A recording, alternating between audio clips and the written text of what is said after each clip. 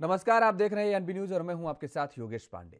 5 राज्यों में जारी विधानसभा चुनाव के बीच कांग्रेस की अंतरिम अध्यक्ष सोनिया गांधी ने भारतीय जनता पार्टी और मोदी सरकार पर जमकर निशाना साधा। सोनिया गांधी ने कहा कि आपने 5 साल ऐसी सरकार देखी जिसने अलगाव पैदा करने के अलावा कोई काम नहीं किया।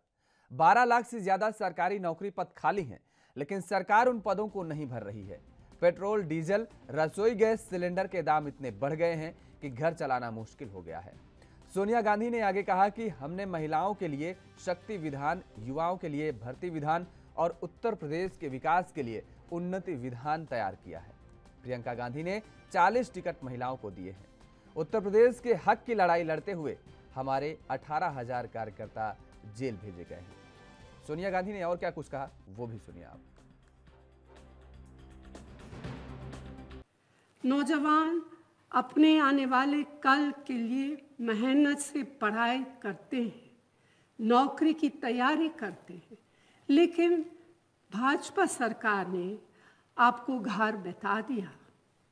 सरकारी नौकरियों के 12 लाख पद खाली पड़े हैं, लेकिन आपको नौकरियां नहीं दी गई। पेट्रोल, डीजल, रसोई गैस, सरसों तेल के दाम इतने बढ़ गए हैं कि आम लोगों के घर चलाना मुश्किल हो गया है। मेरी बहनें पाए पाए जोड़कर अपना घर परिवार चलाती है, लेकिन महंगाई ने उनका जीवन दुभर कर दिया। बहनों, भाइयों, आपने हाल में ही कोरोना का कठिन समय देखा है। एक तरफ आपको ऑक्सीजन, दवाइयाँ और अस्पताल में बेड नहीं मिले, अपने प्रियजनों को खोया है जिनके लिए वही एकमात्र सहारा थे। साइकिल पे बम रखे हुए थे और जहां लोग सब्जी वगैरह खरीदने के लिए आते हैं वहीं साइकिल पार्क करके चले गए थे और एक समय चारों तरफ ये साइकिलों पर रखे हुए बम धमाके फूटे। मैं हैरान हूं, ये साइकिल को उन्होंने क्यों पसंद। वो दे रहे बयान घटिया, जिनकी हो गई खटिया खड़ी। बताओ साइकिल के ऊपर आ गए, बताओ साइकिल के ऊपर आ गए। ये गरीबों की साइकिल है कि नहीं है? हमारे मजदूरों पे साइकिल है कि नहीं है? हमारे नौजवानों पे साइकिल है कि नहीं है? ये भारतीय जनता पार्टी के लोग जानते ही नहीं ये बात, इसलिए हम आपसे कह करके जा रहे हैं, ये चुनाव आपके भविष्य का चुनाव है। ये आपके भविष्य का चुनाव है कि नहीं है? नौजवानों, 5 साल आपने नौकरी और रोजगार का इंतजार किया। अगर 5 साल और चले गए तो सोचो आपके साथ क्या होगा। भविष्य खराब हो जाएगा। तो इस चुनावी समर के चौथे चरण में महंगाई का मुद्दा तो आया, लेकिन इसी दौर में आतंकवाद का मुद्दा भी इन राजनेताओं को जमकर भाया है। दरअसल जिस तरीके से अभी आपने सुना कि हरदोई की रैली में प्रधानमंत्री नरेंद्र मोदी ने एक ऐसा बयान दिया जिसको लेकर अब सूबे की सियासत भी गरमाई हुई नजर आ रही है। पीएम मोदी ने साइकिल के कनेक्शन को अहमदाबाद ब्लास्ट से दरअसल जोड़ा है और अखिलेश यादव ने उसी का पलटवार करते हुए नजर आए हैं। और साइकिल समाजवादी पार्टी का सिंबल भी है, इसलिए खास तौर पर अब राजनीति गरमाती नजर आ रही है। चर्चा करेंगे इसी मुद्दे पर। आज हमारे साथ कुछ मेहमान जुड़े हुए हैं, आपका परिचय करा देते हैं। प्रकाश सारस्वत जी हैं, भारतीय जनता पार्टी के नेता हैं, आपका बहुत बहुत स्वागत है। आदित्य त्रिपाठी जी हैं, कांग्रेस के प्रवक्ता हैं, आपका भी बहुत बहुत स्वागत है। और प्रियल आनंद जी हैं, राजनीतिक विश्लेषक हैं। प्रियल जी, आपका भी बहुत बहुत स्वागत है। प्रकाश सारस्वत जी आपके पास आएंगे। दरअसल महंगाई का मुद्दा ये जो आया है, कांग्रेस के अध्यक्ष सोनिया गांधी ने महंगाई का मुद्दा उठाया और भारतीय जनता पार्टी को घेरने का काम किया है। केंद्र की सरकार को तो आड़े हाथ उन्होंने लिया है, लेकिन जो उनका निशाना था वो उत्तर प्रदेश की सरकार पर था। यानी उत्तर प्रदेश में चुनाव हो रहे हैं, केंद्र के सहारे उत्तर प्रदेश की सियासत को साधना। और ऐसे में क्या लगता है आपको कि वास्तव में ये जनता के मुद्दे को उठाए गए हैं, जो ग्रामीण क्षेत्रों में समस्याएं हैं उनकी नब्ज पकड़ने का काम किया गया है, या मात्र एक राजनीतिक संदेश है? सबसे पहले तो मैं ये बता दूं कि सोनिया गांधी जी चुनावी समर में अब तक कहीं प्रकट नहीं हुई थी। कल एक राजमाता की तरह उन्होंने रिकॉर्ड संदेश जारी किया। अगर इनका जनता से या जमीनी स्तर पे अगर कुछ सरोकार होता तो ये जमीनी स्तर पे उतरते, क्योंकि उत्तर प्रदेश के चुनाव में कांग्रेस किसी भी रूप में मैदान में नहीं है, तो उनको कुछ न कुछ तथ्यहीन चीजें उठानी है जिनका ग्राउंड से कोई सरोकार नहीं है। क्योंकि इन्हीं की जो राजस्थान सरकार है या छत्तीसगढ़ सरकार है, वो चीजें उनकी सरकारों में कितनी ठीक कर रहे हैं जो ये यूपी में उठा रहे हैं, पहला प्रश्न तो यही इनका खत्म हो जाता है। रही बात महंगाई की, तो केंद्र सरकार ने बहुत सारे ऐसे प्रयास किए और उत्तर प्रदेश सरकार ने भी किए हैं कि जिससे अनावश्यक महंगाई न बढ़े। लेकिन महंगाई एक ऐसा विषय है जो डिमांड एंड सप्लाई तो ग्लोबली आधारित है, जिसको आप बहुत ज्यादा कोई कंट्रोल नहीं कर सकते। लेकिन ठीक है, समय के हिसाब से महंगाई भी बढ़ती है, लोगों की तनख्वाही भी बढ़ती है, व्यापार भी बढ़ता है। विषय ये है जी। ठीक है, आदित्य जी आपको आवाज मिल पा रही है? अभी जैसे कि हमारे प्रवक्ता जी ने बताया कि ग्लोबली बढ़ती है, तो उनको बता दो डीजल और पेट्रोल के दाम पे जितना टैक्स सरकार उसूल रही है, अगर केवल डीजल को जीएसटी के अंदर कर दे तो महंगाई कितनी कंट्रोल हो सकती है, ये आपको भी पता है। भारतीय जनता पार्टी केवल और केवल विषयों और मुद्दों से लोगों को भटकाना चाहती। उत्तर प्रदेश चुनाव के अहम मुद्दे हैं महंगाई, बेरोजगारी, भ्रष्टाचार, किसानों का उत्पीड़न, और जो ये इन्होंने लाठीचार्ज सरकार बना रखी थी, सबके ऊपर लाठीचार्ज किया, चाहे वो आशा बहू हो, आंगनबाड़ी की कार्यकर्ती हो, चाहे वो कर्मचारी हो, ये सब बेसिक मुद्दे हैं उत्तर प्रदेश के, और इससे वो भटका नहीं सकते जनता को। ठीक है, बेसिक मुद्दे हैं, जनता से भटकाए नहीं जा सकते हैं। प्रियालानंद जी, वही सवाल आपसे भी समझने की कोशिश करेंगे, क्योंकि आपने भी सुना होगा और देखा भी होगा कि जिस तरीके से सोनिया गांधी ने ये जो संदेश दिया है, क्या वाकई में कांग्रेस ने ग्रामीण क्षेत्रों के लोगों की नब्ज पकड़ने का काम किया है, या फिर केवल और केवल राजनीतिक संदेश नजर आ रहा है? देखिए पांडे जी, एक तो सोनिया गांधी जी सबसे पहले प्लेटफॉर्म पे आकर के फर्स्ट टाइम था जो उन्होंने एक सभा के सामने उन्होंने अपनी एक व्याख्या शब्दों के रूप में रखी है। और रही बात यूपी चुनाव के अंदर, तो यूपी चुनाव के अंदर देखने को बहुत सारी चीजें मिल रही है। जैसे आप देखिए, अगर सोनिया गांधी जी ने जहां एक तरह का रंगमंच उन्होंने क्रिएट किया है, जिसमें उन्होंने कहीं ना कहीं बहुत सारे मुद्दे रखे हैं, चाहे वो कमाई के मुद्दे रखे हो, एम्प्लॉयमेंट के मुद्दे रखे हो, या और भी विभिन्न मुद्दे जो उन्होंने रख रखे हैं। दोनों पार्टियों के अंदर अगर देखा जाए तो दोनों पार्टियों में कहीं ना कहीं ये एक तंज खींची जा रही है।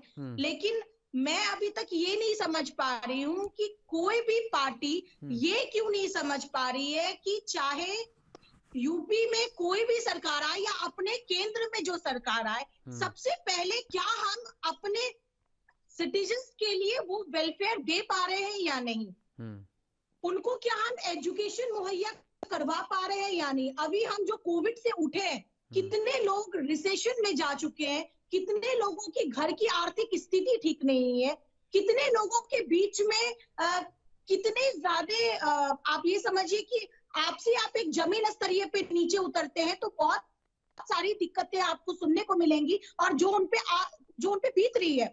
कई ऐसे मजदूर हैं जो कि डेली वेजेस पे जिंदा रहते हैं, उनकी क्या स्थिति है, उनके परिवार की क्या स्थिति है। तो कहीं ना कहीं ये सारी चीजें बहुत जरूरी है हमें आकलन करने के लिए। चुनाव का स्तर चाहे जो भी हो, लेकिन क्या हमारे समाज के अंदर जो एक जमीनी स्तर पे ये सारी चीजें चल रही है साल दर साल से, क्या वो कभी नहीं मिटेगी? या चुनाव की स्तर दिन भर आप चाहे तो कहीं ना कहीं राजनीति के रंगमंच के हिसाब से ही चलती रहेंगी? बिल्कुल ठीक बात। प्रकाश जी, महंगाई का मुद्दा तो ठीक था, जनता भी समझती कि उनके मुद्दों पर चर्चा हो रही है। अगर इस मुद्दे को लेकर के राजनीतिक दल एक दूसरे की कमियों को सामने लाते और उन्होंने क्या किया है, जिन राजनीतिक दलों ने सरकारों पर सत्ता का भोग किया है, अगर उस पर चर्चा करते तो जनता भी शायद समझती कि ये एक सार्थक चर्चा हो रही है और उनके मुद्दे की बात हो रही है, उनके हक की बात हो रही है। आने वाले समय में जो भी सरकार आएगी, जो भी दल सत्ता में बैठेगी, वो उनके लिए काम करने का काम करेगी। लेकिन महंगाई के बीच में ये आतंकवाद का जो मामला सामने आया, आतंकवाद तक भी ठीक था, लेकिन आप तो बिल्कुल उसको साइकिल से जोड़ दिए। समाजवादी पार्टी का सिंबल भी साइकिल है। और अब जो बहस जा रही है, जो मंचों से जो उद्बोधन हो रहे हैं, उनका कोई सरोकार ही नहीं है जनता से। तो अब प्रकाश जी,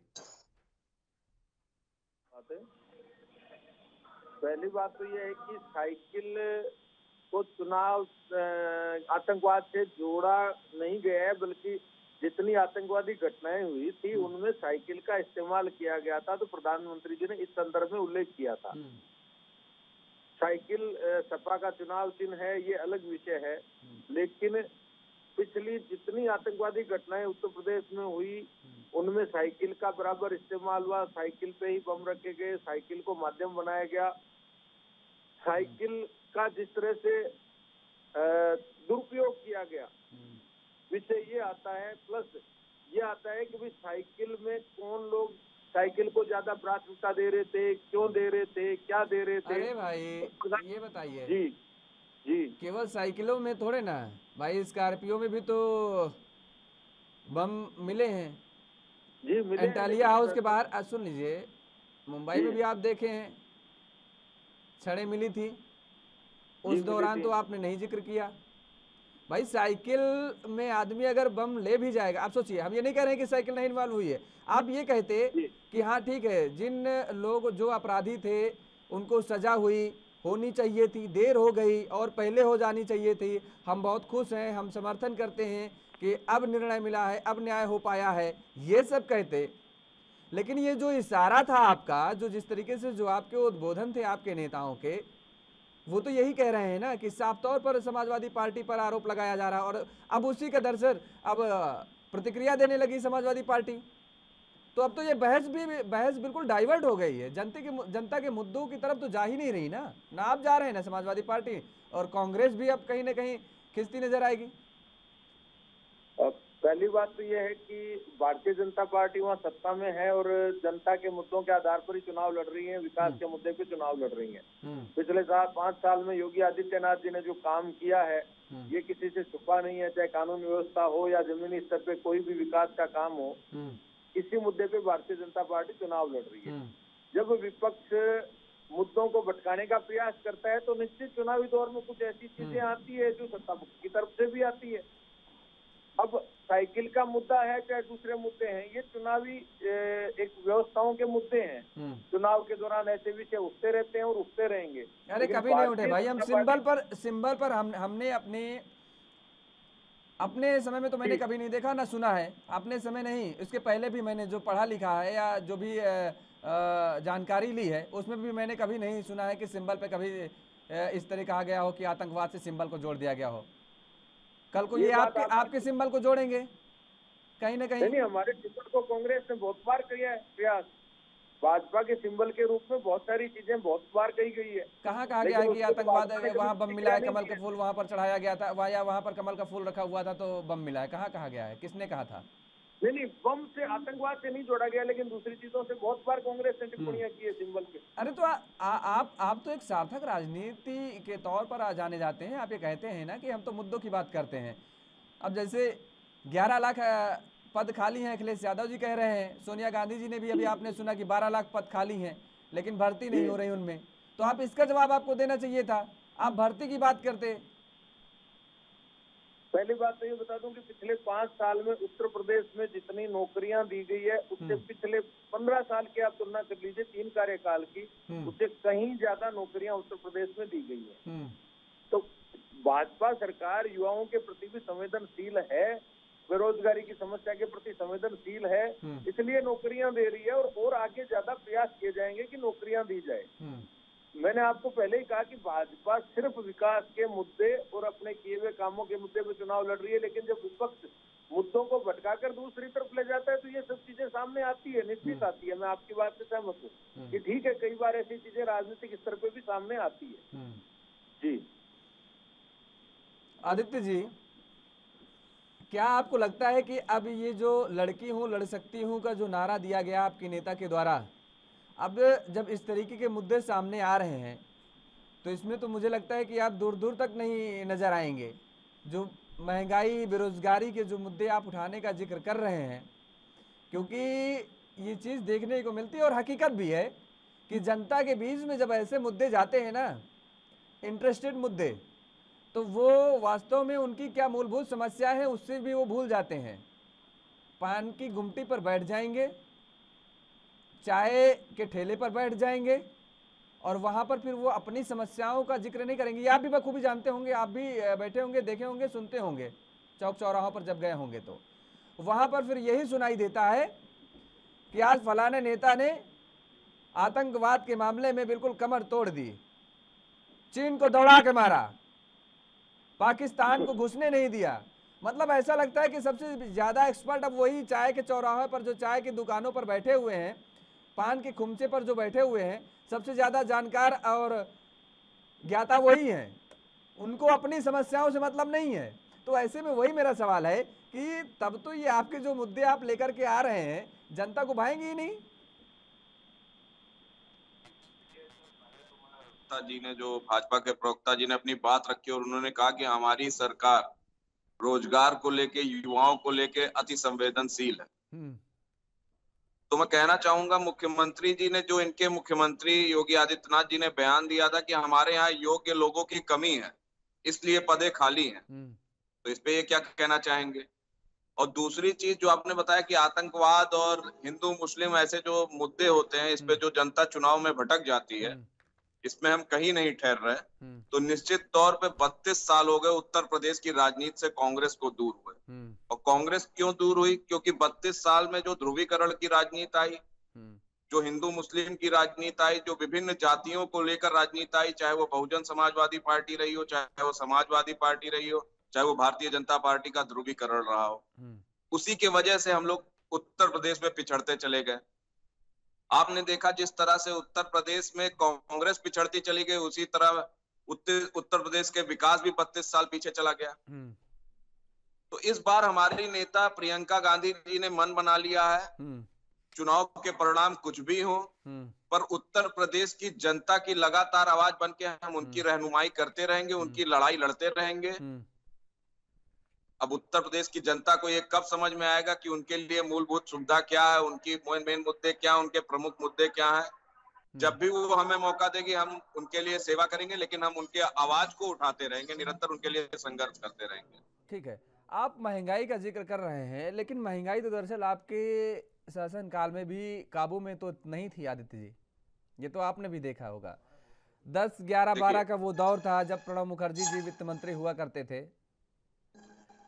जब भी कोई बात हुआ करती थी, महंगाई के मुद्दे उठा करते थे, तो यही होता था कि 2 महीने का और समय दीजिए, बस 2 महीने में सब कुछ ठीक हो जाएगा।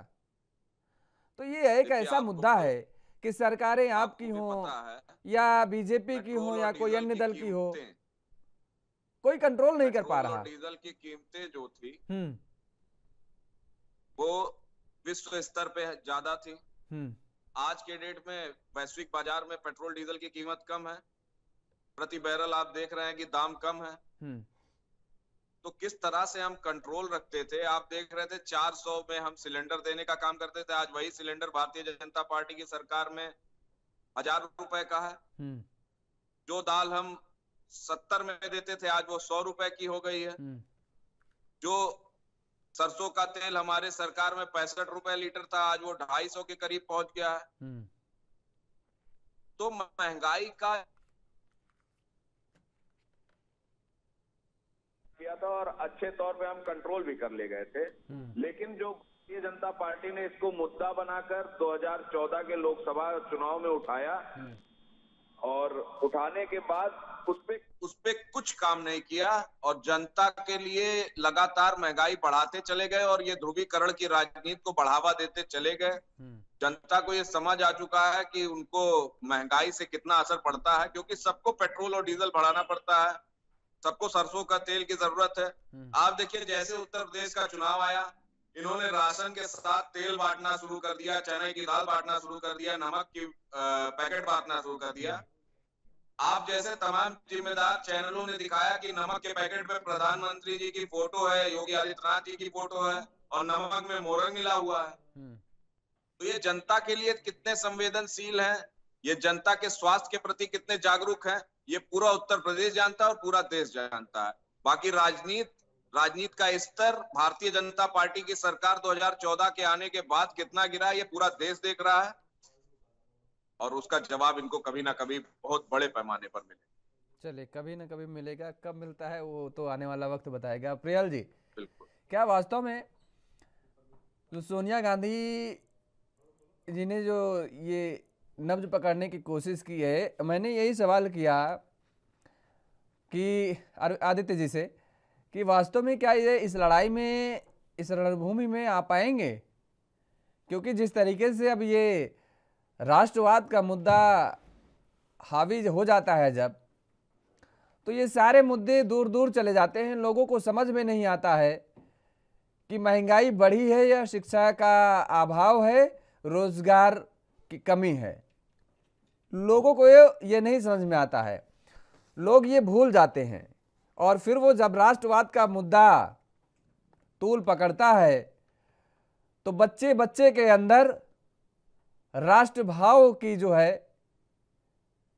बहने लगती है, रोम रोम में उसका जो है वो राष्ट्रवाद के लिए जीने लगता है।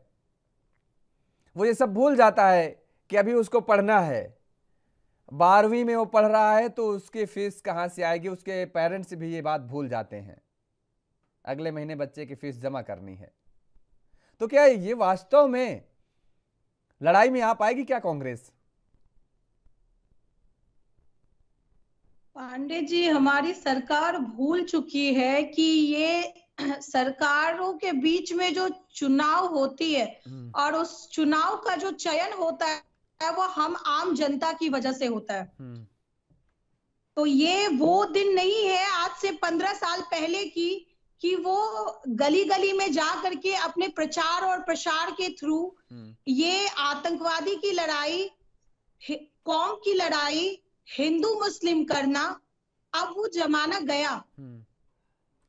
आज आप ये देखिए, चाहे भाजपा की सरकार हो या कोई और सरकार हो, मूलतः भाजपा की सरकार की एक रणनीति हमेशा रही है कि वो किसी भी चुनाव प्रसार से पहले अपने हिंदुत्व, अपने भगवा केसरिये रंग के लिए, अब आतंकवादी के लिए या हिंदू मुस्लिम के लिए, आप कोई भी चुनाव प्रचार उठा करके देख लीजिए, ये आपको एक सिंगल टैगलाइन हर एक चुनाव प्रचार में किसी न किसी अन्य नेता के मुंह से आपको मिलेगा ही मिलेगा। ये आज यूपी चुनाव के अंदर नहीं है, या पिछले बीते हर चुनाव के अंदर है। मैं ये नहीं कहती कि मैं सहमत रखती हूँ सोनिया गांधी जी की बातों से, उनके भी समय में बहुत सारी ऐसी चीजें हुई थी, उनके भी समय में रोजगार नहीं थे, उनके भी समय में कहीं ना कहीं आप ये देखें कि सब्सिडी का दाम हो गया या तेल का दाम हो गया, कहीं ना कहीं वो सारी चीजें हैं। लेकिन मुद्दा ये उठता है, हर राज्य, हर केंद्र के अंदर हम चुनाव इसलिए करते हैं, कानून के अंदर जो चुनाव का एक प्रतिबंध इसलिए लिखा गया है हमारे संविधान के अंदर, ताकि आने वाली सरकार हमारे समाज कल्याण के लिए कुछ करे, ना कि सिर्फ मंच पर आए, 4 लाइन बोले और वो चले जाएं। 4 महीने 2 महीने हर रणनीति की टाइम मांगना, ये अब वो समय नहीं है। कोरोना काल के अंदर जो बीती गई चीजें हो, या अभी जो आदित्य जी ने बोला या अभी जो भाजपा के प्रवक्ता जी ने बोला, मैं इन दोनों से यही पूछना चाहूंगी इस चीज पे कि अगर रोजगार नहीं है, अगर चाहे पेट्रोल की कीमत जीएसटी हटाकर बढ़े या जीएसटी बिना हटाकर कम होए, आखिर उन मजदूरों का क्या, आखिर उन लोगों का क्या जो कि डेली वेजेस पे जिंदा रहते हैं, उनके लिए वो सारी चीजें जमीनी स्तर पे बिल्कुल भी मुहैया नहीं करवाई गई है, जो वो 10 रुपए के लिए भी वो सोचते हैं। वो ये सोचते हैं कि एक दिन का खाना हम कैसे मतलब एक दिन का खाना वो गुजर करने के लिए सोचते हैं। तो कहीं ना कहीं हमें ये सारी चीजें देखनी होंगी। यूपी के अंदर राम मंदिर को हटा करके, यूपी के अंदर हिंदुत्व को हटा करके या ब्लास्ट को हटा करके पहले हमें ये देखना होगा कि रोजगार की कितनी कमी है। टेररिज्म की बात अगर हो रही है तो यूपी के अंदर आए दिन आपको क्राइम रेट्स बढ़े हुए हैं, आपके रेप्स बढ़े हुए हैं।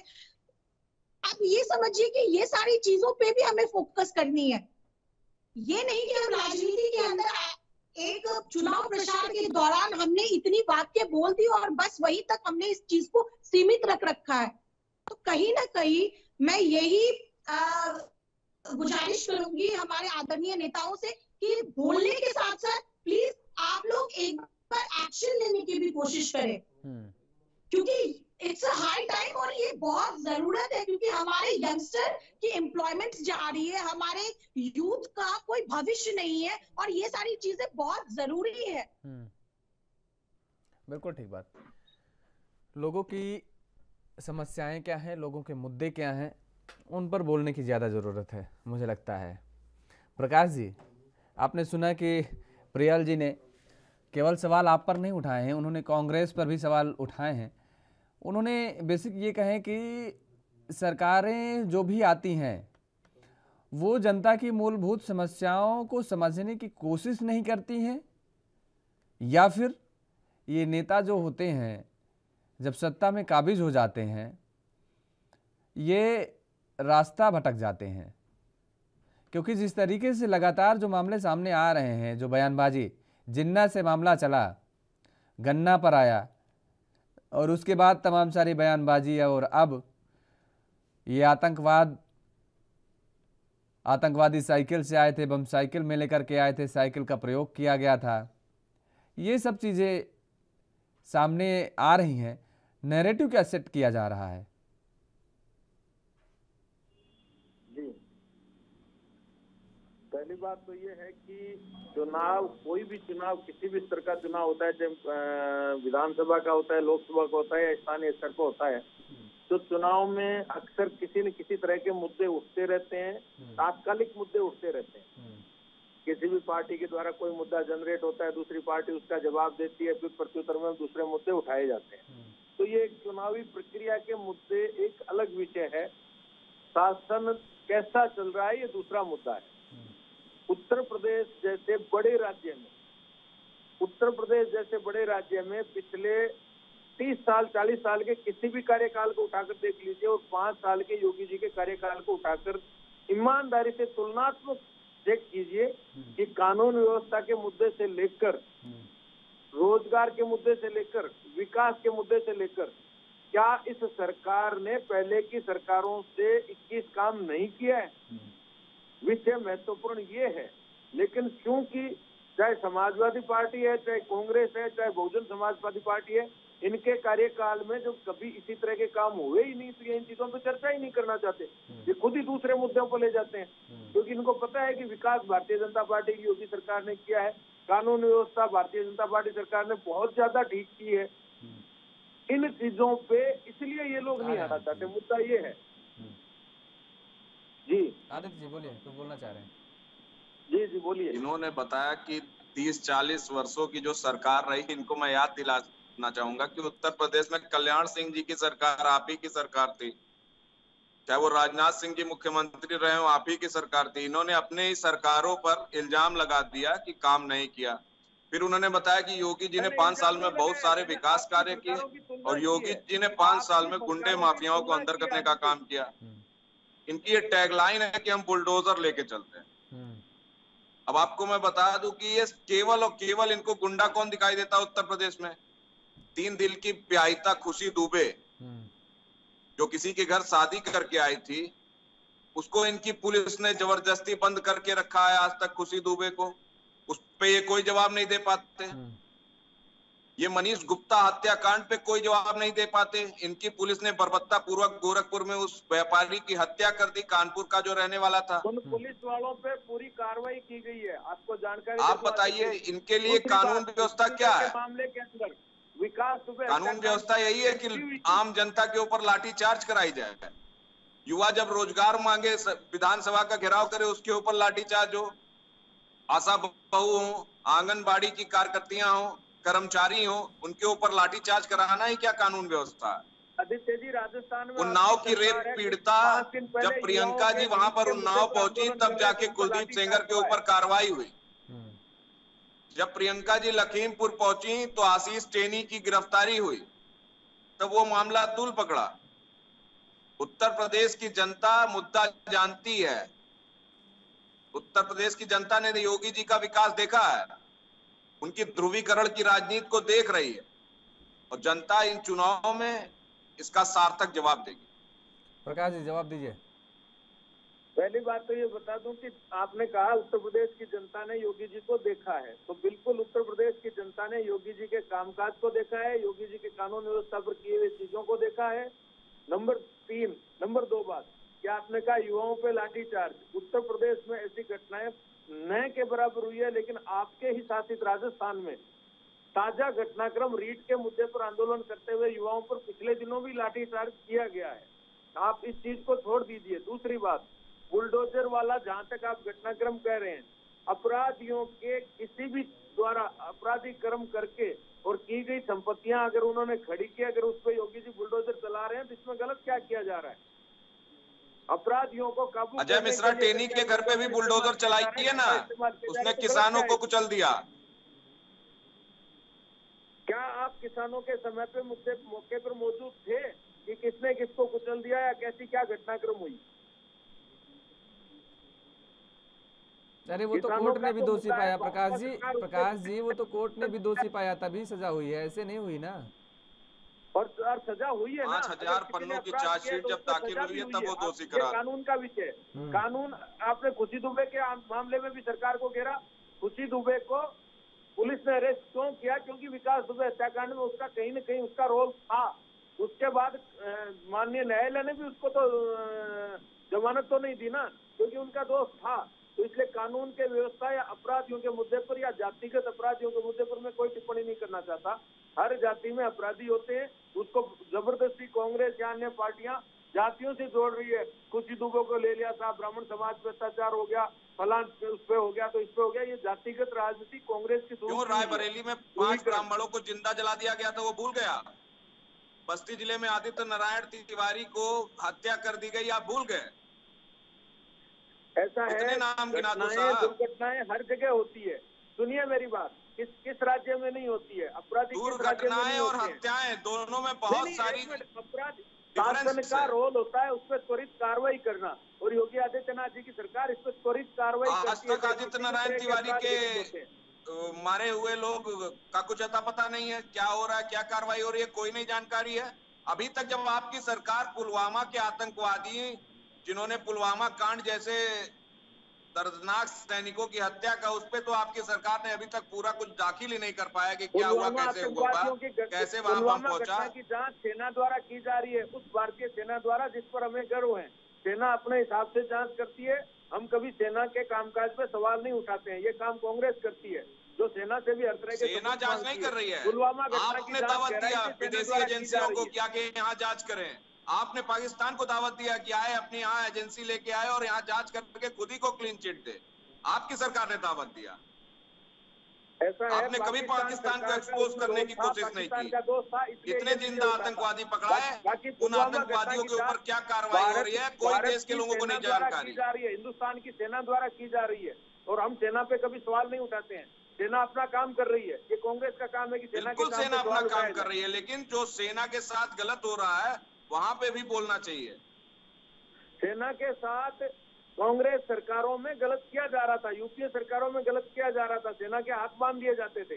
कि भला आपको सीमा तक काम करना है, चाहे कश्मीर हो चाहे सेना का राशन कटौती कर दिया आपने, भारतीय जनता पार्टी सरकार सेना के कैंटीन पे आपने कटौती कर दी, कैंची चला दी, और आप कह रहे हो कांग्रेस ने रोका था, हाथ रोक रखा था। कैसे नहीं रोक रखा था?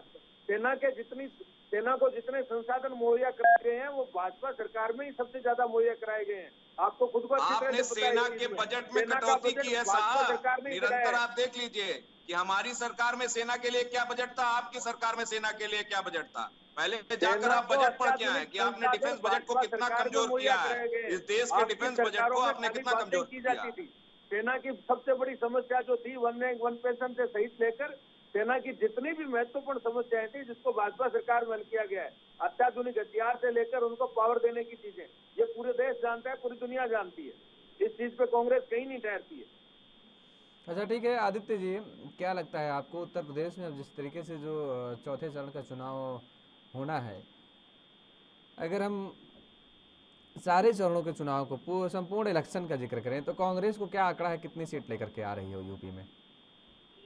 देखिए सीटें तो हम अभी आपको नहीं बता पाएंगे क्योंकि वो जनता को तय करना है, लेकिन ये मैं कह सकता हूँ कि अब की बार जिस तरह से विधानसभा चुनाव में आंकड़े तय कर रखे हैं, इनको उम्मीद है, इन्होंने आकलन कर लिया है किस हिसाब से किया, कैसे किया, खैर ये पार्टी के नेता ही जानते होंगे कि इतनी सीटें लेकर के आ रहे हैं, तो कांग्रेस ने भी कुछ आकलन किया होगा। फर्जी आंकड़ा बोलना या बड़बोलापन या कांग्रेस के लोगों की सोच नहीं है।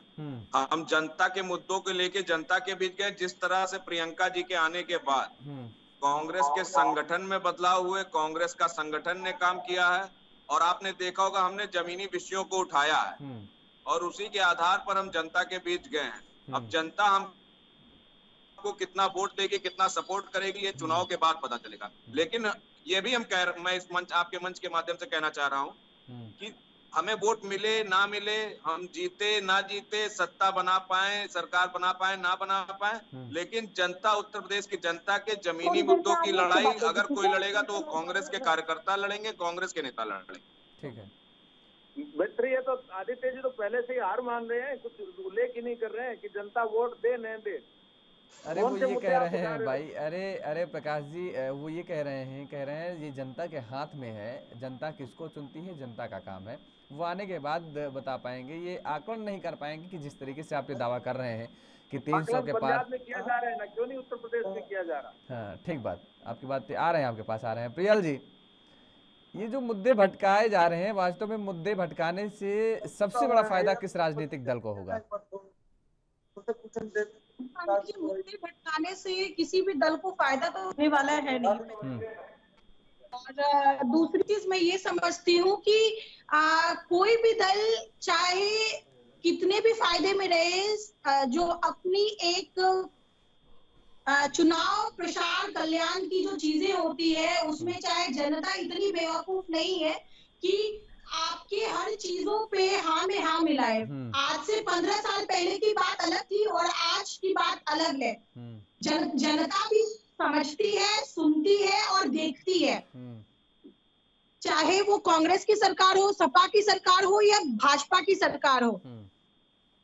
तो हर चीजों में कहीं ना कहीं हर जनता के अंदर कहीं ना कहीं सरकार में लूपहोल हो, चाहे वो आप भाजपा की सरकार को उठा करके अगर आप देख लीजिए तो अभी भाजपा और किसान के बीच में जो एक तालमेल, जो लास्ट पंजाब हरियाणा में जो एक वाद विवाद जो छिड़ी थी, उसकी वजह से भी कहीं ना कहीं मुझे लगता है कि वो इफेक्ट आपको यूपी चुनाव के अंदर आपको देखने को मिलेगा।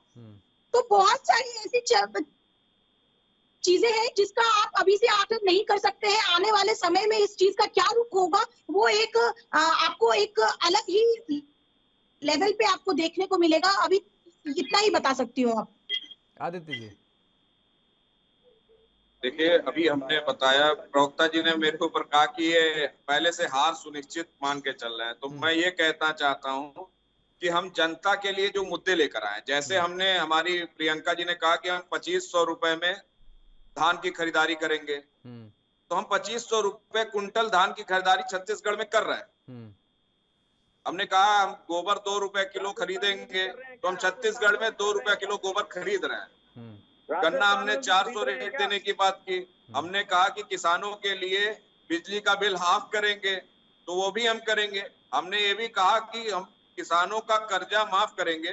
तो आप ये जानते हैं कि किसान का कर्जा कितनी बार कांग्रेस ने माफ किया? छत्तीसगढ़ में हमने किसानों का कर्जा माफ किया, हमने राजस्थान में किसानों का कर्जा माफ किया, हमने मध्य प्रदेश में किसानों का कर्जा माफ किया, और एक बार पूरे देश में हम किसान का कर्जा माफ कर चुके हैं। तो निश्चित तौर पे उत्तर प्रदेश की जनता को पूर्ण विश्वास है कि हम उत्तर प्रदेश में यदि आते हैं तो उत्तर प्रदेश की जनता का पूरा, किसानों का पूरा कर्जा माफ करेंगे। तो हम जो मुद्दे लेकर जा रहे हैं, हमने महिलाओं के मुद्दे को उठाया। आप बताइए, लड़की हूं, लड़ सकती हूं, कैंपेन से बहुत ज्यादा भारतीय जनता पार्टी को प्रभाव पड़ा, समाजवादी के ऊपर प्रभाव पड़ा। इस बार इन्होंने ज्यादा से ज्यादा महिला प्रत्याशियों को वोट टिकट दिया। तो कहीं ना कहीं अगर हम कुछ काम कर रहे हैं तो उसका इफेक्ट आपको देखने को मिल रहा है।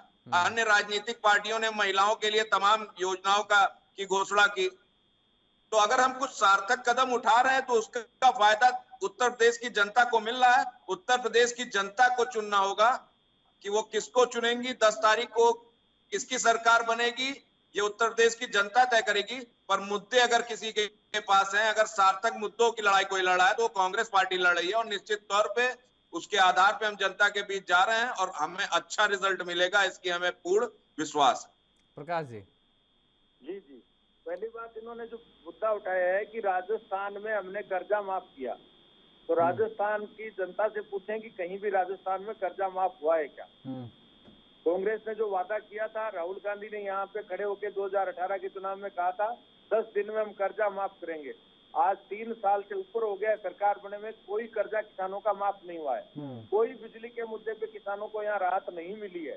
तो ये जो बातें वहाँ कही जा रही है उनको क्या कभी यहाँ इम्प्लीमेंट किया गया? दूसरी बात, आप वो कह रहे हैं यूपी में करेंगे। नहीं, यूपी में आप जाके कह रहे हो कि हम महिलाओं को इतना प्रतिशत टिकट दे रहे हैं, तो साथ में पंजाब, उत्तराखंड, बाकी चुनाव हो रहे हैं, वहाँ क्यों नहीं किया गया?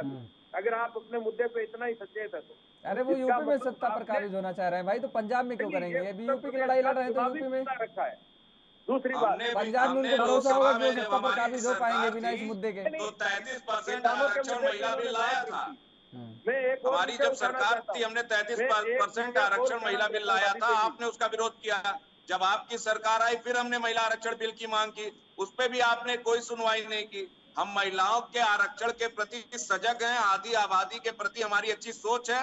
आपकी तरह संकुचित सोच नहीं है हमारी। एक भी महिला राष्ट्रीय अध्यक्ष आप बता दीजिए कि भारतीय जनता पार्टी ने एक महिला राष्ट्रीय अध्यक्ष बनाया। महिलाओं को लेकर भारतीय जनता पार्टी कितनी सजग है ये सबको पता है। दूसरी बात, आपकी मंत्री स्वाति सिंह ने अपने पति दयाराम सिंह पर आरोप लगाया। आपने स्वाति सिंह का टिकट काट दिया और दयाशंकर सिंह जी को टिकट दे दिया।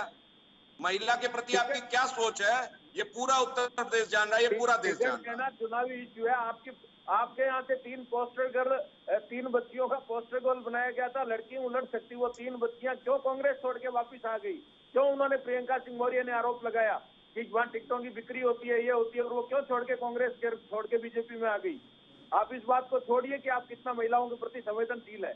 रही बात किसानों के मुद्दे, देखिए टिकट ना पाने की वजह से कोई पार्टी छोड़ के जाए तो वो दूसरा विषय है, पर महिला सम्मान के वजह से कोई पार्टी छोड़ के नहीं गया है। आपको मैं आज भी बता दूं कि रितु सिंह, उन्नाव में चुनाव हो रहा है, आप जाके पता कर लिए, रितु सिंह समाजवादी पार्टी की कार्यकर्ता थी। उसके बावजूद जब उनकी साड़ी खींची गई तो प्रियंका गांधी लखीमपुर जाकर और रितु सिंह के लिए एक लड़ाई लड़ने का काम की, और रितु सिंह को आज कैंडिडेट बनाकर कांग्रेस की उन्होंने वहां चुनाव मैदान में उतारा है। तो हम महिला के न्याय की लड़ाई लड़ना जानते हैं। आप भी जान रहे हैं कि उन्नाव की रेप पीड़िता की मां हमारी पार्टी से चुनाव लड़ रही है और उसके विरोध में आप कैंडिडेट उतार रहे हैं। आपने एक मुद्दा किसानों का उठाया है। पंजाब के अंदर 75% आबादी किसानों की है। किसान संगठन वहाँ चुनाव लड़ रहे हैं। अगर वास्तव में आप किसान आंदोलन को विशुद्ध किसान आंदोलन मानते थे तो मेरे हिसाब से पंजाब में किसानों की सरकार बननी चाहिए। लेकिन आज की तारीख में वहां पे पंजाब में क्या स्थिति है, उनकी कितनी सीटें जीत रहे हैं, ये सबको पता है। इसलिए आप छोड़िए, कांग्रेस तात्कालिक मुद्दे उठाती है, उन मुद्दों को दूसरे राज्यों में लागू नहीं करती है। उत्तर प्रदेश में जो चीज छत्तीसगढ़ में 2500 में खरीदारी कर रहे हैं धान की। हम छत्तीसगढ़ में 2500 में धान की खरीदारी कर रहे हैं। आप उत्तर प्रदेश में कितने की कर रहे हैं आप बताइए। उत्तर प्रदेश में कितने की धान आप खरीदारी कर रहे हैं? मैं क्या कह रहा हूँ, पंजाब के अंदर महिला कांग्रेस प्रदेश अध्यक्ष ने कहा है कि उत्तर प्रदेश में प्रियंका ने जो बातें कही हैं, प्रियंका गांधी जी ने, वो यहाँ क्यों नहीं लागू की जा रही, तो वहां क्यों नहीं लागू करते हैं आप? कितने आप संवेदनशील है महिलाओं के प्रति? उत्तराखंड की महिला प्रदेश कांग्रेस अध्यक्ष पार्टी छोड़ के भाजपा में आ गई सिर्फ इसी मुद्दे पे। आप इस बात को छोड़िए, चुनावी स्टंट आप अच्छी तरह से कांग्रेस ने आज तक किया है और करती रहेंगी। जी, आपको लड़की हूँ, लड़ सकती हूँ कैंपेन से प्रॉब्लम है? नहीं, हमें आपको प्रॉब्लम है? अगर हम उत्तर प्रदेश में कर रहे हैं तो आप बाकी जगह कीजिए ना। हमने कहीं ना कहीं शुरुआत की ना, किस आधार पे आप भी उसको फॉलो कीजिए। हमने तो शुरुआत की है, हम तो कहने लगे कि हमने शुरुआत की, आप भी उसको फॉलो कीजिए, आप शुरुआत कीजिए। अगर हम नहीं कर रहे तो आप कीजिए ना। अगर आपको इतनी कष्ट है, इतनी तकलीफ है तो आप कीजिए ना। प्रकाश जी वो ये कह रहे हैं, सुन लीजिए प्रकाश जी, आदित्य जी कह रहे हैं कि दरअसल उन्होंने शुरुआत की है। बात तो सच है कि एक बार में ही एक बार की सारे, ये तो आप भी कहते हैं कि एक साथ ही सब पूरा बदलाव थोड़े ला जा सकता है। अरे सुन लीजिए प्रकाश जी, सुन तो लीजिए, इन्होंने कहा कि हमने एक जगह शुरुआत की है। अब एक जगह इस चुनाव में शुरुआत की, अगले बार फिर 4 राज्यों में, 2 राज्यों में, अन्य राज्यों में भी वो काम करेंगे। तो शुरुआत की, पहल की, उनके कहने का मतलब ये है कि आप भी तो शुरुआत करिए। नहीं, महिलाओं के प्रति ये इनकी बात से मैं सहमत हूँ कि टिकटें ज्यादा मिलनी चाहिए, लेकिन अगर इनकी कथनी करनी सही हो तो ये खाली उत्तर प्रदेश ही क्यों, उसके साथ। अरे भाई आप समझ नहीं रहे, वो तो कह रहे हैं कि हमने शुरुआत की है इसलिए। अब पहले कहीं शुरुआत कहीं से तो एक जगह से करेंगे ना। आप भी तो कह रहे हैं कि इतने सालों का जो दर्द है वो झेल रहे हैं, इसलिए सरकार जो काम कर रही है एक साथ सब कुछ ठीक नहीं कर सकती है, धीरे धीरे ठीक करेगी। तो वैसे ही अब एक राज्य से शुरुआत की है अगर कांग्रेस ने, अगले राज्य में ठीक है आवाज उठ रही है, अगले राज्य में अगली बार करेंगे।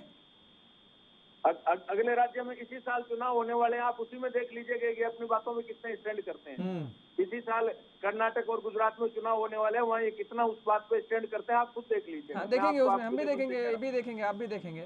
स्वाति सिंह पर आप बोलिए ना सर, स्वाति सिंह पर आप नहीं बोल रहे हैं। स्वाति सिंह का आपने टिकट काट दिया, दयाशंकर सिंह को आपने टिकट दे दिया। सर्वे के हिसाब से टिकट देती है हर पार्टी, अपना सर्वे करवाती है, जीतने वाले को टिकट दिया जाता है। किसी एक मुद्दे पे मैं क्या जवाब दूं आपको? आपके यहाँ भी आप बता दीजिए। अभी आप कह रहे हैं कि आप विकास के मुद्दे को लेके जा रहे हैं जनता के बीच, इसके मतलब आपने, अगर आपने आधे से ज्यादा विधायकों के टिकट काटे तो वहाँ आपने कोई विकास नहीं किया।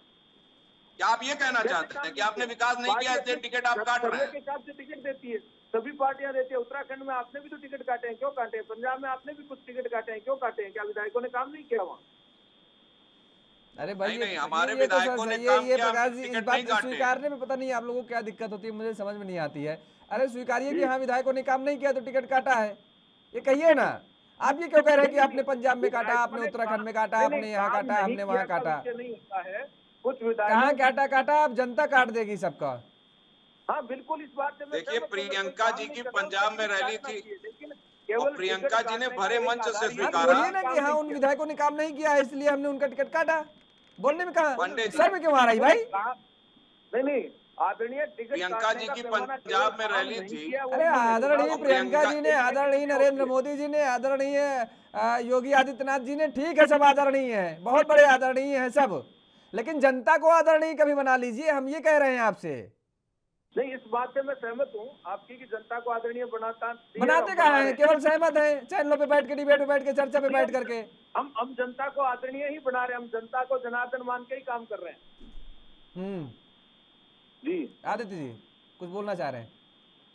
देखिए अभी प्रियंका जी ने, जैसे आपने कहा कि स्वीकारते क्यों नहीं है कि हमने काम नहीं, हमारे विधायकों ने काम नहीं, तो अभी आपने देखा प्रियंका जी की बहुत बड़ी जनसभा थी और भरी जनसभा से उन्होंने स्वीकारा कि कैप्टन अमरिंदर सिंह हमारी गलती थे, हमने उनको अगर मुख्यमंत्री इतने साल बना के रखा, उन्होंने काम नहीं किया तो वो हम उसकी सजा पंजाब जो हमको देना चाहेगा हम मानेंगे। और हम 111 दिन के चन्नी जी के काम को लेके जनता के बीच जा रहे हैं। अगर हमारी कोई गलती थी तो हमने उसको स्वीकारा और ये भारतीय जनता पार्टी कभी भी अपनी गलती को नहीं स्वीकारती। आज तक इन्होंने अजय मिश्रा टेनी को बर्खास्त नहीं किया, जबकि ये साबित हो चुका है। और अजय मिश्रा टेनी ने बड़े मंच से कहा था कि अगर मेरे पुत्र पर आरोप सिद्ध होते हैं तो मैं खुद इस्तीफा दे दूंगा। लेकिन न भारतीय जनता पार्टी के नेताओं में नैतिकता है, न इनके बड़े पदाधिकारियों में नैतिकता है। आरोप सिद्ध हो गए क्या? अभी तक आरोप सिद्ध नहीं हुए हैं। आरोप सिद्ध होने में तो 2-4 दशक बीत जाते हैं प्रकाश जी, हम भी जानते हैं, आप भी जानते हैं, दशक बीत जाते हैं। हो सकता है कि हम आप रहे भी ना, तब तक भी ये केस चलता रहे। कचहरी और कोर्ट के चक्कर काटना क्या होता है पता नहीं, आप जानते हैं कि नहीं जानते हैं, लेकिन हम बखूबी जानते हैं। कचहरी और कोर्ट के चक्कर काटना, आदमी कहता है कि लाख बीमारी आ जाए, लाख कुछ हो जाए, लेकिन कचहरी कोर्ट का मुंह दरवाजा न झांकना पड़ जाए। लोग इस तरह के शब्दों का प्रयोग करते हैं। गांव देहात में कभी जाइए तो सुनिए तो उनसे बेचारों से 100 रुपए लेकर के उधार जाते हैं, सुन लीजिए, 100 रुपए लेकर के उधार जाते हैं और कचहरी में 100 रुपए क्योंकि फीस देनी होती है ना कम से कम, और उसके बाद 4 बार पैर छू करके आते हैं वहां पर वकीलों के कि साहब ये रख लीजिए, अगली बार आएंगे फिर देखेंगे, कुछ डेट बढ़वाइए, जल्दी मत करवाइए डेट, ठीक है। हम बहुत अच्छे जानते हैं, देखे हैं। इस बात से मैं सहमत हूँ कि कचहरी और कोर्ट से हर एक आदमी बचना चाहता है। गांव में कहावतें भी चलती है, सफेद कोट, काला कोट, ऐसे खाकी कोट, ये सब चीजें कहावतें भी चलती है। आप वही चीज कह रहे हैं ना जो आप कह रहे हैं कि वो आ जाने दीजिए, निष्कर्ष हो जाएगा तब, ठीक है। खैर प्रियल जी आप बताइए भाई, जिस तरीके से आपस में पार्टियां एक दूसरे पर आरोप प्रत्यारोप चला रहे हैं, तो यही केवल दौर ही चल रहा है, पूरे चुनाव में देखने को मिला। वो सरकार कहती है कि हमने काम किया, ये सरकार कहती है कि हमने किया। काम कौन किया? काम किया तो एहसान जता रहे हैं कि जनता पे एहसान कर रहे हैं। आदरणीय आदरणीय सब बने हुए हैं। आदरणीय तो इसलिए बनते हैं कि कौन मोटी रकम कहाँ से मिल पाए, किसके पीछे चलने पे, किस आदरणीय के पीछे के चलने पर हमारी जेब मोटी हो जाएगी, जेब भर जाएगी। ये इसलिए लोग ये भी चुनते हैं कि किस आदरणीय को हम सबसे ज्यादा आदरणीय बनाएं। लेकिन जनता को ये लोग आदरणीय नहीं बनाते नजर आ रहे हैं। हमको ही नहीं समझ में आ रही बात। हम सभी दलों का जिक्र कर रहे हैं, एक दल का नहीं कर रहे हैं। पांडे जी देखिए, ऐसा है कि राजनीति एक ऐसी चीज है कि इसमें राजनीति से ज्यादा राजनैतिक की बात होने लगी है आजकल। और जहां पे भी आप इसकी विश्लेषण देखें तो आज कहीं ना कहीं ये सारी चीजें बहुत ड्रॉबैक्स में नजर आती है, चाहे वो जनता के हित में हो या जनता के अहित में हो। आदरणीय बोलना और आदरणीय जनता के लिए कुछ करना, ये बहुत ही ज्यादा, दोनों में बहुत डिफरेंस है। आप अगर उठा करके देख ले, कोरोना काल में बीजेपी की सरकार ही थी, यूपी के अंदर योगी आदित्यनाथ जी थे। कोरोना काल में सेकेंड वेव में दिल्ली आनंद टर्मिनल से जो जितने मजदूर चल के गए थे, क्या उस टाइम भाजपा की सरकार के अंदर इतनी ज्यादा मंद बुद्धि नहीं थी कि क्या वो बस मुहैया करवा सके, क्या वो ट्रांसपोर्ट मुहैया करवा सके? वहां पे रुके मजदूर इतने ज्यादा तकलीफ में थे, हमारे बिहार तक आने को उनको कुछ समझ में नहीं आ रहा था। वो अपना साइकिल उठा करके अपनी जान बचाने के लिए, उनको कुछ समझ में नहीं आ रहा था कि एग्जैक्टली वो कहाँ जाए, किनसे बात करे, क्या करे। चाहे वो सपा की सरकार हो, कांग्रेस की सरकार हो, सारी चीजें आज अगर आदरणीय एक दूसरे को मानते हैं तो कोरोना काल में ये भी देखना चाहिए था कि जितने जीवन और जितनी मौतें हुई है for the less of oxygen और बेड्स इन हॉस्पिटल, क्या उस समय इन लोगों की आत्मबुद्धि कहीं जागरूकता में नहीं थी? आज चुनाव प्रचार हो रहा है इसलिए आदरणीय हो रहा है, और एक बार चुनाव हो जाता है, अपने घर को चले जाते हैं, तो उसके बाद वो भूल जाते हैं कि वही जनता उनको यहाँ तक लेकर के आई है और वही जनता उनको उनके पैर खींच सकती है। तो कहीं ना कहीं एक मोनो स्टंट इन लोगों को रखना चाहिए। मैं प्रकाश जी की बात से बिल्कुल वाकिफ रखती हूँ कि चुनाव प्रसार में बहुत सारी चीजें पब्लिक स्टंट होती है, या आदित्य जी की बात से मैं बिल्कुल सहमत रखती हूँ कि ऋतुराज जी पर प्रियंका गांधी जी ने आकर के बहुत बोला, बहुत समर्थन किया।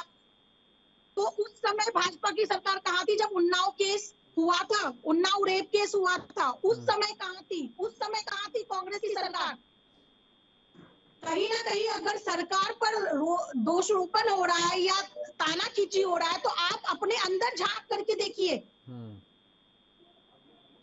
कि लोगों को कितनी तकलीफ हो रही है। लोग किस चीज से, आपको जनता सरकार इसलिए चुनती है हर 5 साल के टेन्योर पे कि अगर पिछली सरकार कुछ अच्छा ना की हो ताकि वो दूसरी सरकार ला सके।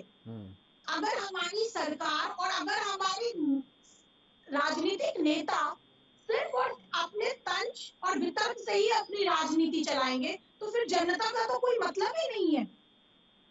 आपस में ही टूट पड़े, आपस में ही अपना एक राजनीति चुनाव लड़ ले।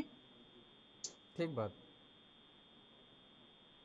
ठीक कह रही हैं आप प्रियल जी। जिस तरीके से ये राजनीतिक पार्टियां जो हैं एक दूसरे पर आरोप प्रत्यारोप का दौर लगातार लगाती रहती हैं, और आपने भी जिस तरीके से जिक्र किया, दरअसल ये जब नए नए मामले आते हैं, जब चुनाव होता है, चुनाव के दरमियान ही ये सारे मुद्दे उठते हैं और इन सारे नेताओं को ये मुद्दे याद आते हैं। चुनाव जैसे ही चला जाता है या चुनाव का जब समय एक लंबा समय होता है, तब तक इन किसी भी दल के किन्हीं भी नेताओं को ये सारे मुद्दे ध्यान नहीं रहते हैं।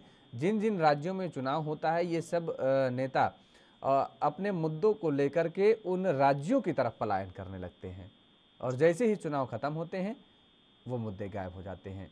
जनता के मुद्दों से कहीं कोसों दूर नजर आते हैं। प्रत्येक राजनीतिक दल का हम जिक्र कर रहे हैं। सत्ता के पहले जब जिस तरीके से विपक्ष में रहते हुए भी अगर राजनीतिक दल ये बात कहते हैं कि उस सरकार ने काम नहीं किया है, तो समझ में नहीं आता है कि चुनाव के दरमियान उन सरकारों के द्वारा ना किए गए कामों को लेकर के जनता के बीच में क्यों नहीं जाते हैं, और क्या उन्होंने काम किया, या आने वाली सरकार जब उनकी बनेगी तो वो क्या काम करेंगे। उन मुद्दों पर मैं खुद नहीं समझ पा रहा हूँ कि क्यों नहीं चर्चा होती है, और जनता के मुद्दों को लेकर के चर्चा नहीं होती है। मुद्दों को केवल भटकाने का काम किया जा रहा है और वोट बैंक को साधने की कोशिश की जाती है, जो कि मुझे लगता है बेहद निंदनीय है। फिलहाल आप तीनों मेहमानों को हमारे साथ जुड़ने के लिए बहुत बहुत शुक्रिया।